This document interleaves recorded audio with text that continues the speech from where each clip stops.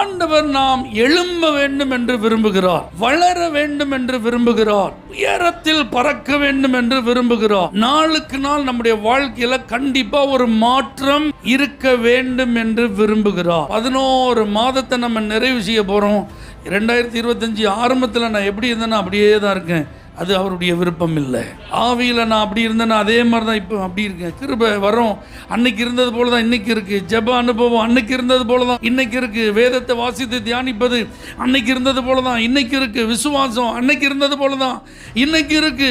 ஆலயம் ஆராதனை சொல்லும் போது இருக்கும் வாஞ்ச அது அன்னைக்கு இருந்தது போல தான் இன்னைக்கு இருக்குன்னா ஏதோ பிரச்சனை இருக்குன்னு அர்த்தம். கிருபையில் பெருகணும், விசுவாசத்தில் வளரணும், ஜெபத்தில் முன்னேறணும், வேதத்தின் ஆழங்களை அறிந்து கொள்ள பிரகாசமுள்ள மனக்கண்கள் கிடைக்கணும், ஆண்டவர் அறிகிற அறிவில் நம்ம முன்னேறி இருக்கணும், ஆத்துமாக்கள் ஆதாயம் பண்ணி நம்ம ஆசீர்வாத வாய்க்காலா மாறி இருந்திருக்கணும், நம்ம ஒரு வெளிச்சமா உப்பா மாறி இருக்கணும்.